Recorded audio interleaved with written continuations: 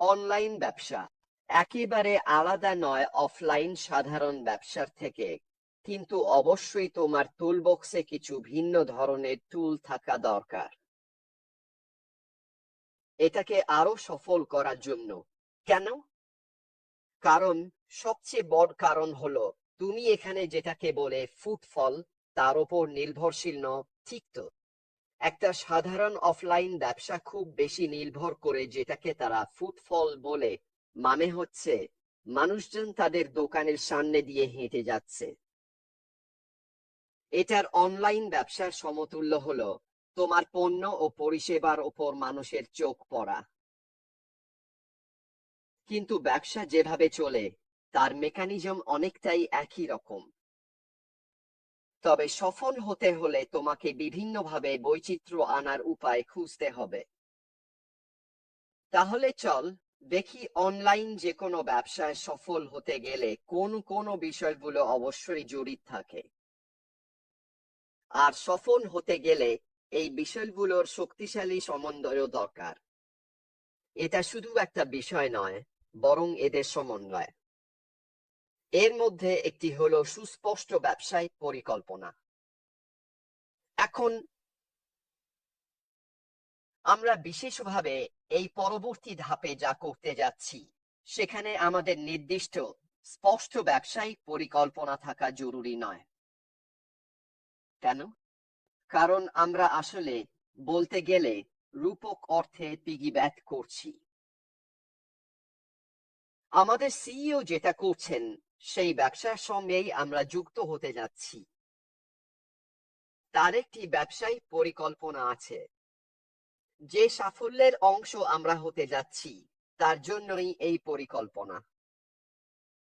আমরা আমাদের নিজস্ব অংশের জন্য যেখানে আমরা যেতে যাচ্ছি সেখানে আমাদের ব্যবসার জন্য একটি পরিকল্পনা তৈরি করে আমাদের দায়িত্ব পালন করতে পারি। এছাড়াও আমাদের কার্যকর বাজার কৌশল থাকতে হবে। এটা যেমন কর্পোরেট দিকের জন্য প্রযোজ্য, তেমনি আমাদের নিজেদের জন্য প্রয়োজন। আমরা তো ইতিমধ্যেই বিভিন্ন বাজার কৌশল নিয়ে কথা বলেছি, তাই না, যেগুলো বর্তমানে প্রচলিত আছে। আমি বিশেষভাবে এআই মার্কেটিং কৌশল নিয়ে আলোচনা করেছি এবং সেটিকে বিস্তৃত করেছি, কারণ আমি দৃঢ়ভাবে বিশ্বাস করি কোনো না কোনোভাবে কোনো না কোনো রূপে এটাই ভবিষ্যতের পথ হতে চলেছে। সেটা হবে কিনা আমাদের দেখা জিনিসের অংশ, অথবা এটা এমন কিছু হতে পারে যা আমাদের করতেই হবে। আমরা এখনো জানি না, কিন্তু একটা বিষয় নিশ্চিত, ভালো মার্কেটিং কৌশল থাকাটা অনলাইনে সফল হওয়ার জন্য অবশ্যই গুরুত্বপূর্ণ। এটা সেই বিষয়গুলোর একটি যেটা আপনাকে বুঝতে হবে এবং আপনার সফলতার জন্য কার্যকর হতে হবে। এছাড়াও ব্যবহারকারী বান্ধব ওয়েবসাইট এটা অত্যন্ত গুরুত্বপূর্ণ। আপনি যদি মনে করেন, আমি সেদিন এসইও নিয়ে কথা বলছিলাম, সার্চ ইঞ্জিন অপটিমাইজেশন। সার্চ ইঞ্জিনে সফল এসইও এর অন্যতম মূল উপাদান কি ছিল? সেটা হলো আপনার ওয়েবসাইটে ব্যবহারকারীরা যে অভিজ্ঞতা পান। মানুষ যদি আপনার ওয়েবসাইটে বেশি সময় কাটায় তাহলে সেটার বিশাল প্রভাব পড়ে, কারণ তখন অ্যানালিটিক্স আপনাকে র্যাঙ্কিং এ উপরে তুলতে সাহায্য করে। কারণ এগুলো সবই একে অপরের সাথে জড়িত। আমি যেসব বিষয় এখানে তুলে ধরছি সেগুলোর প্রত্যেকটিরই আলাদা ভূমিকা আছে আপনার ব্যবসার সফলতার জন্য। এবং শেষ যে বিষয়টি খুবই গুরুত্বপূর্ণ তা হলো গ্রাহক সন্তুষ্টির ওপর ফোকাস করা। আমি সত্যিই বিশ্বাস করি আপনার গ্রাহকরা যত বেশি সন্তুষ্ট হবেন তারা তত বেশি খুশি হবেন এবং আপনার ওপর তত বেশি আস্থা রাখবেন। আপনার পণ্য ও পরিষেবার সাথে তাদের মানানসই করে তুললে এতে গ্রাহকদের কাছে বিক্রি করার সক্ষমতা আরো বাড়ে। যদি তারা খুশি থাকে, যদি তারা আপনার কাজ বা বিক্রি করা জিনিসে সন্তুষ্ট থাকে, এবং এটা কর্পোরেট দিকেও প্রযোজ্য, কারণ তারাই সেই পণ্য ও পরিষেবা তৈরি করবে যেগুলো আমরা আবার বিক্রি করব। আর যদি সেগুলোর মান এমন হয় যে গ্রাহক খুব খুশি হন, তাহলে কি হয় জানেন? এটা আপনার কাজেরই একটা অংশ যে আপনি তাদের এমন কিছুতে পরিচয় করিয়ে দিয়েছেন যাতে তারা সন্তুষ্ট হবে।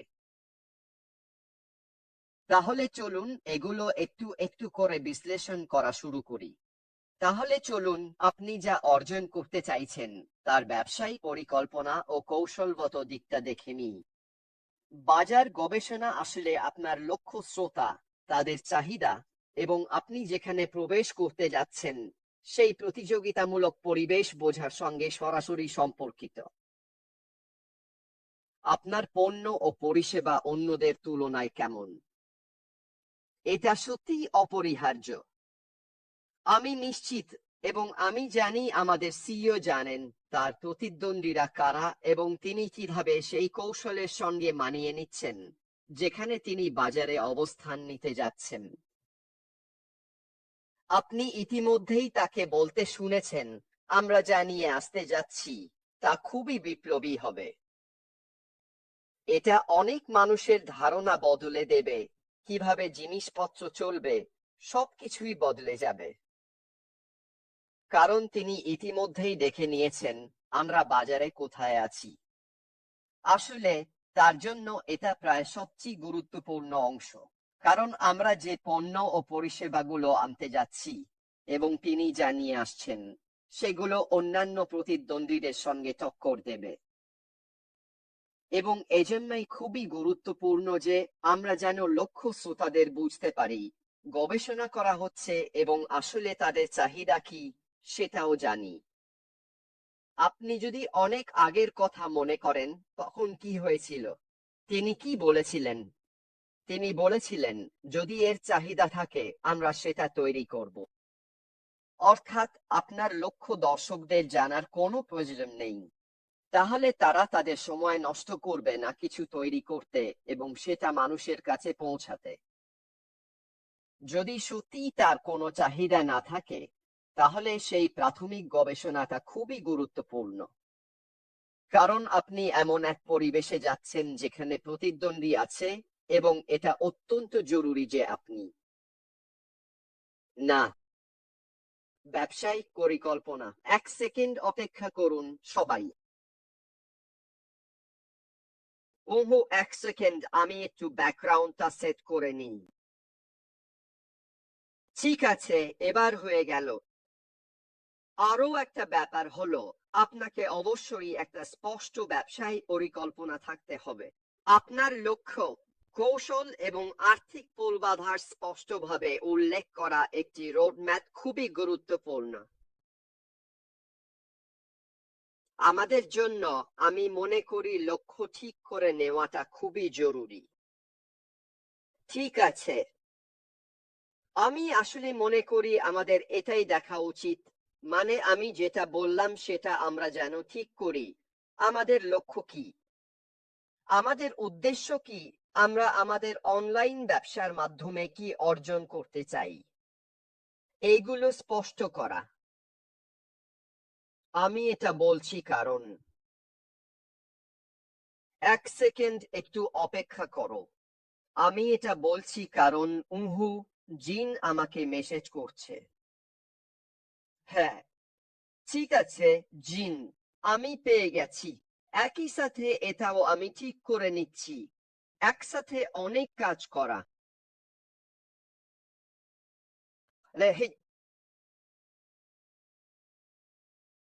আমরা অবশ্যই চাই না এখানে অনেক নেগেটিভ মানুষ থাকুক।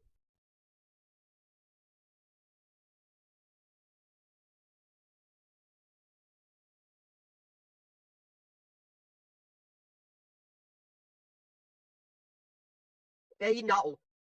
ঠিক আছে, আবার দেখা হবে। এটা হয়ে গেল।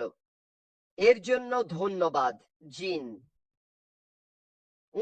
আসল কারণ হচ্ছে আমাদের স্পষ্ট ব্যবসায়িক পরিকল্পনা ও রোডম্যাপ দরকার, কারণ এতে আমাদের লক্ষ্য, কৌশল এবং আর্থিক পূর্বাভাস ঠিক করা যায়। প্রত্যেকেরই আর্থিকভাবে পৌঁছানোর লক্ষ্য আলাদা হবে। উদাহরণস্বরূপ হতে পারে আপনি সপ্তাহে $100 ব্যবসা থেকে পেয়েছেন। হতে পারে আপনি সপ্তাহে $1000 ব্যবসা থেকে পেতে চান। হতে পারে আপনি সপ্তাহে $1,00,000 ব্যবসা থেকে পেতে চান। আপনার কৌশল যেদিকে যাচ্ছে সেটার দিকেই আপনাকে মনোযোগ দিতে হবে। অন্য সবার লক্ষ্য আলাদা হবে। প্রত্যেকেরই অর্জনের লক্ষ্য ভিন্ন হবে। আর জানেন কি, এটা একদম ঠিক আছে। একটাই সমাধান সবার জন্য কার্যকর হয় না। এবং এটাই আমাদের ব্যবসার আরেকটা সৌন্দর্য, কারণ পরবর্তী ধাপে আমরা যে ব্যবসা করব সেখানে আপনি যা অর্জন করতে চান তার সীমাহীন সুযোগ থাকবে।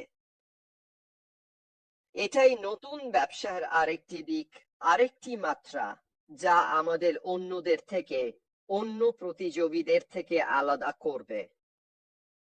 কেন? কারণ সেই সীমাহীন সম্ভাবনা যা সেখানে থাকবে। নিশ নির্বাচনও আপনার কৌশল এবং ব্যবসায়িক পরিকল্পনার অংশ। কেন? কারণ আপনি যদি কোনো নির্দিষ্ট দক্ষতার ক্ষেত্র বা পণ্যের ধরন বেছে নেন যেখানে আপনি মনোযোগ দিতে পারেন এবং যা আপনাকে আলাদা করে তুলতে ও নির্দিষ্টভাবে সেই শ্রোতাদের লক্ষ্য করতে সাহায্য করবে, তাহলে সেই পণ্য বিক্রিতে আপনার সফল হওয়ার সম্ভাবনা অনেক বেশি থাকবে। আমি সাধারণ ভাষায় কি বোঝাতে চাই? ঠিক আছে, ধরা যাক আপনার আছে। চলুন আবার ফিরে যাই খ্যানাতের কথায়। সেটা কি ছিল? ঠিক আছে, ওটা ছিল একটি নির্দিষ্ট পণ্য যা নির্দিষ্ট শ্রোতাদের নির্দিষ্ট চাহিদার জন্য লক্ষ্য করেছিল। ঠিক আছে, আমাদের কাছে এমন অনেক ধরনের পণ্য থাকবে যেগুলো মানুষের নির্দিষ্ট চাহিদার জন্য খুবই উপযোগী।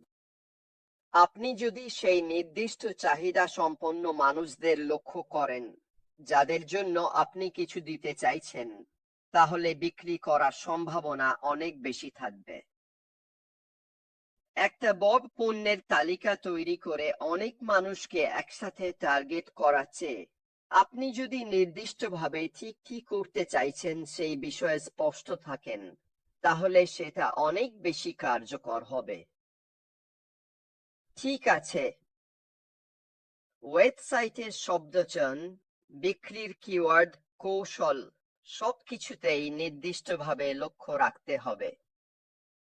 আপনি যে একটি নির্দিষ্ট পণ্য বিক্রি করতে চাইছেন সবকিছুই সেই পণ্যকে কেন্দ্র করেই টার্গেট করা হবে। এবং এটা ভালো, কারণ মানুষ সক্রিয়ভাবে সেই নির্দিষ্ট জিনিসটাই খুঁজবে যেটা আপনি তাদের কিনতে অফার করছেন। আপনি যদি বলেন, আমাদের কাছে অনেক কিছু আছে, তোমাদের অনেকেই পছন্দ করবে, এসো দেখে যাও, এটা তো নির্দিষ্ট নয়, তাই না?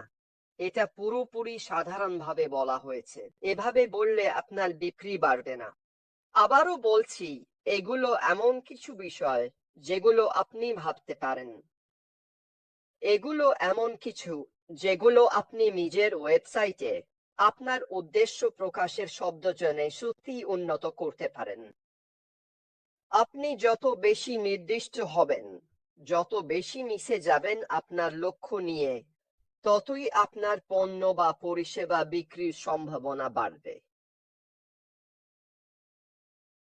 আমি এটা নিজের মনগড়া কথা বলছি না, এটা প্রমাণিত সত্য। এটাই আপনার পরিকল্পনা ও কৌশলের অংশ। আপনি কিভাবে আপনার লক্ষ্য নির্ধারণ করেন, সেই লক্ষ্য অর্জনের জন্য কি কি পদক্ষেপ গ্রহণ করেন, এবং এই পুরো প্রক্রিয়ায় আপনার নিজস্ব চিন্তা ভাবনা ও দক্ষতা কিভাবে প্রতিফলিত হয়, সেটাই আসল অনন্য দিক। আপনার পরিকল্পনা ও কৌশল অন্যদের থেকে আলাদা কেন, আপনি কিভাবে সমস্যার সমাধান করেন এবং আপনার চিন্তাধারার বিশেষত্ব কোথায়, এসব যেসব বিষয় আপনাকে আলাদা করে তোলে। তাহলে বলুন, আপনার পরিকল্পনা ও কৌশলের মধ্যে এমন কি বিশেষ বৈশিষ্ট্য আছে যা আপনাকে সত্যি অনন্য করে তোলে? এই দিকগুলোতেই আপনাকে মনোযোগ দিতে হবে, বিশেষ করে যাদের লক্ষ্য করে আপনি বিক্রি করতে চান তাদের জন্য। এটা আমাদের জন্য কেন ভালো? এটা ভালো কারণ আমরা ইতিমধ্যেই মুফারেহের কাছ থেকে যেসব পণ্য দেখেছি সেগুলো অনন্য, বাজারে যেগুলো আছে তার থেকে একেবারে আলাদা, এবং আমি দৃঢ়ভাবে বিশ্বাস করি সামনে আমরা যে নতুন পর্যায়ে যাব সেখানেও এই অনন্যতা বজায় থাকবে। আপনি যখন আপনার ওয়েবসাইট তৈরি করছেন বা পুনরায় বিক্রির দৃষ্টিকোণ থেকে বাইরে গিয়ে বিক্রি করছেন, তখন এই বিষয়গুলোই আপনার মাথায় রাখা উচিত। আমি যা বিক্রি করছি তার মধ্যে অনন্যতা কি?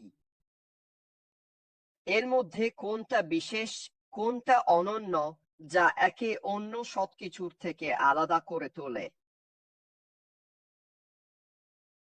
এটাই আপনার বিক্রয় কৌশলের, আপনার মার্কেটিং কৌশলের অংশ। এই দিকগুলো তুলে ধরা যাতে মানুষ কিছু আলাদা দেখতে পায়। আমি আপনাকে একটা উদাহরণ দিচ্ছি। চলুন একটা মোবাইল ফোন নিয়ে কথা বলি, ঠিক আছে? অ্যাপল তাদের নতুন ফোন রিলিজ নিয়ে কি বলে?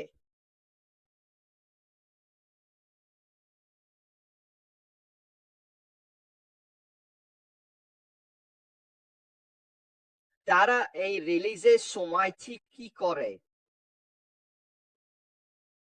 তারা সব সময় এই ফোনের নতুন ও অনন্য দিকটাতেই ফোকাস করে, যেটা অন্য কোনো ফোনে নেই, আর আমাদের কাছে সেটা আছে। তারা ঠিক এই কারণেই ফোকাস করে, কারণ এটা অনন্য, কারণ এটা আলাদা, কারণ এটা এমন কিছু যা অন্য কারো কাছে নেই। তারা কি করছে? তারা দেখিয়ে দেয় এটা পারে, অন্যরা পারে না, এটা না বলেও বোঝায়। এটাই একে অনন্য করে তোলে, এটাই একে আকর্ষণীয় করে তোলে, আর এটাই আসল কারণ। ঠিক আছে, যখন তুমি পরবর্তী ধাপে পণ্যটি পুনরায় বিক্রি করার চেষ্টা করবে, তখন যেন এই দিকটাতেই ফোকাস করো। কি একে আলাদা করে তোলে? কি একে তোমার প্রতিযোগীদের থেকে আলাদা করে তোলে? এবং এই অংশের শেষটি হলো ব্যবসায়িক লক্ষ্য। তোমার অনলাইন ব্যবসার জন্য স্পষ্ট ও পরিমাপযোগ্য লক্ষ্য নির্ধারণ করা, যেমন ব্র্যান্ড সচেতনতা, গ্রাহক সম্পৃক্ততা এবং বিক্রয়, এই লক্ষ্যগুলোর খুবই গুরুত্বপূর্ণ অংশ। স্পষ্টতই সবাই চায় একটি আর্থিক লক্ষ্য রাখতে। সবাই চায় তাদের ব্যবসায় নিজস্ব সাফল্য অর্জন করতে।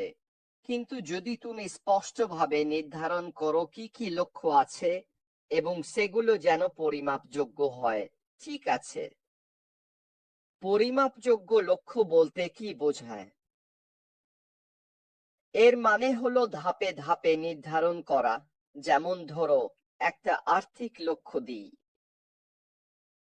উদাহরণস্বরূপ, আমি আমার অনলাইন ব্যবসা থেকে মাসে 1 লাখ টাকা আয় করতে চাই। তুমি সরাসরি গিয়ে বলতে পারো না, আমি আমার অনলাইন ব্যবসা থেকে মাসে 1 লাখ টাকা উপার্জন করতে চাই। তুমি কি শুরু থেকেই এই লক্ষ্য নিয়ে সফল হওয়ার সম্ভাবনা রাখো? এবং এর সঠিক উত্তর হলো না, কারণ এটা কোনো পরিমাপযোগ্য লক্ষ্য নয়। এটা অনেক দূরের কথা। তুমি তো কেবল শুরু করেছো, তাই এটা অবাস্তব ভাবা যে হঠাৎ করেই তুমি শুরু থেকেই মাসে 1 লাখ টাকা উপার্জনের পর্যায়ে চলে যাবে। তাই তোমাকে এমন ছোট ছোট পরিমাপযোগ্য লক্ষ্য ঠিক করতে হবে, যেগুলো তুমি অর্জন করতে পারো এবং একটার পর একটা এগিয়ে যেতে পারো, তারপর পরবর্তী পরিমাপযোগ্য লক্ষ্যে যেতে পারো। তাহলে আমি নিজেকে বলতাম, আমি চাই আমার প্রথম মাসে আমি 5টা বিক্রি করতে চাই, আর এই 5টা বিক্রি আমাকে ধরো প্রথম মাসে $200 এনে দেবে। এটাই আমার প্রথম লক্ষ্য। ঠিক এখানেই আমি থাকতে চাই। আমার প্রথম মাসে 5টি বিক্রয় এবং প্রথম মাসে আমার কমিশনে $200 ছাড় আছে। এটাই একটা পরিমাপযোগ্য লক্ষ্য। তাহলে দ্বিতীয় মাসে তুমি কি করবে? তুমি বলো, আমি এটা দ্বিগুণ করতে চাই। এটাই আমার পরের মাসের লক্ষ্য। দ্বিতীয় মাসে যা করেছি সেটা দ্বিগুণ করা। তাহলে 5টা বিক্রির বদলে এবার তুমি বলছো, এই মাসে আমি 10টা বিক্রি করব, আর $200 বদলে আন্দাজ করো কি তুমি $400 উপার্জন করছো। আবারও বলছি, এগুলো পরিমাপযোগ্য লক্ষ্য। আর যদি তুমি এইভাবে নির্দিষ্ট লক্ষ্য নিয়ে এগিয়ে যেতে থাকো, তাহলে ভাবো তো তুমি কোথায় পৌঁছাবে। দিনের শেষে যেটা ছিল তোমাদের সবার বড় লক্ষ্য, কিন্তু তুমি সেটা এমন ভাবে ধাপে ধাপে করেছো যেটা তুমি জানো এবং বুঝতে পারো যে আসলে তুমি সেটা অর্জন করতে পারো, যেটা গ্রহণযোগ্যতার সীমার মধ্যে পড়ে।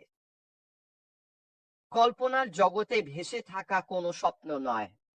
এমন কিছু নয় যেটা কখনোই পাওয়া যাবে না, বরং এমন কিছু যেটা সত্যিই তোমার নাগালের মধ্যে। এমন কিছু যেটা তুমি সত্যিই ধরে রাখতে পারো এবং এগিয়ে যেতে পারো, কিন্তু তবুও তুমি তোমার ব্যবসা গড়ে তুলছো যেমনটা তুমি এগিয়ে চলেছো।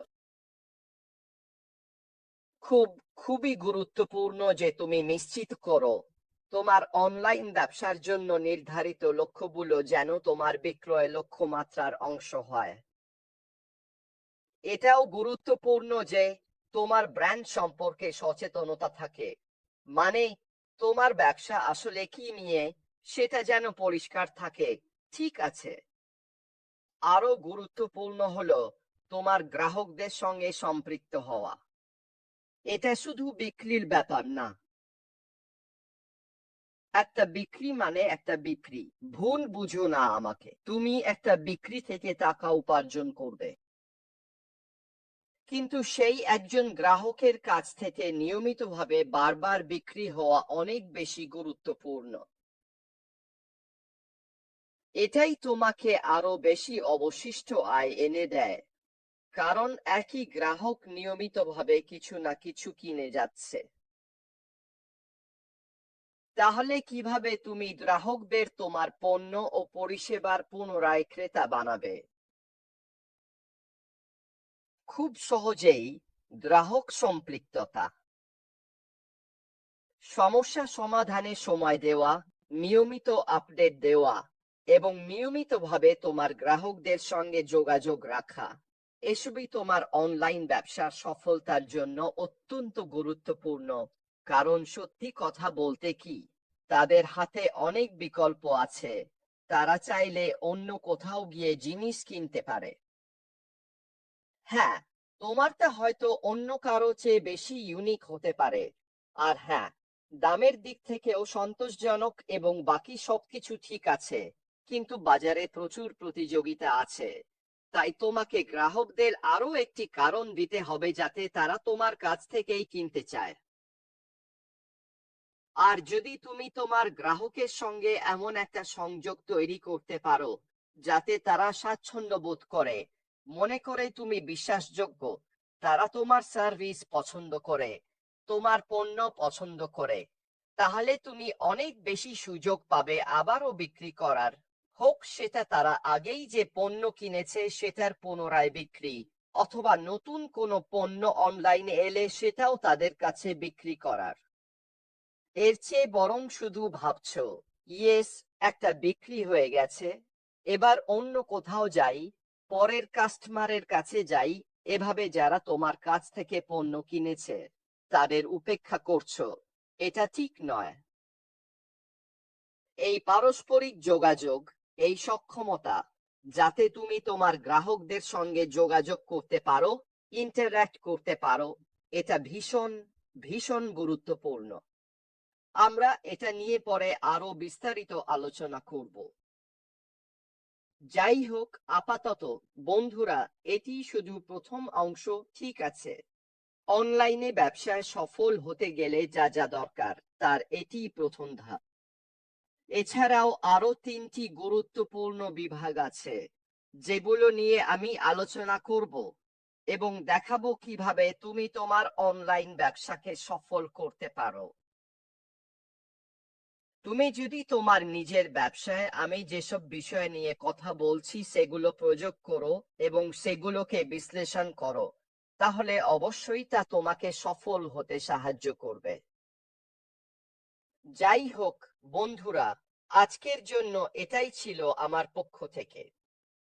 আমি তোমাদের সবাইকে আগামীকাল আবার দেখব এবং তখন এই তথ্যের দ্বিতীয় অংশ তোমাদের সামনে তুলে ধরব। ঠিক আছে বন্ধুরা, অনেক ধন্যবাদ এবং আগামীকাল আবার কথা হবে। এখনের জন্য বিদায়।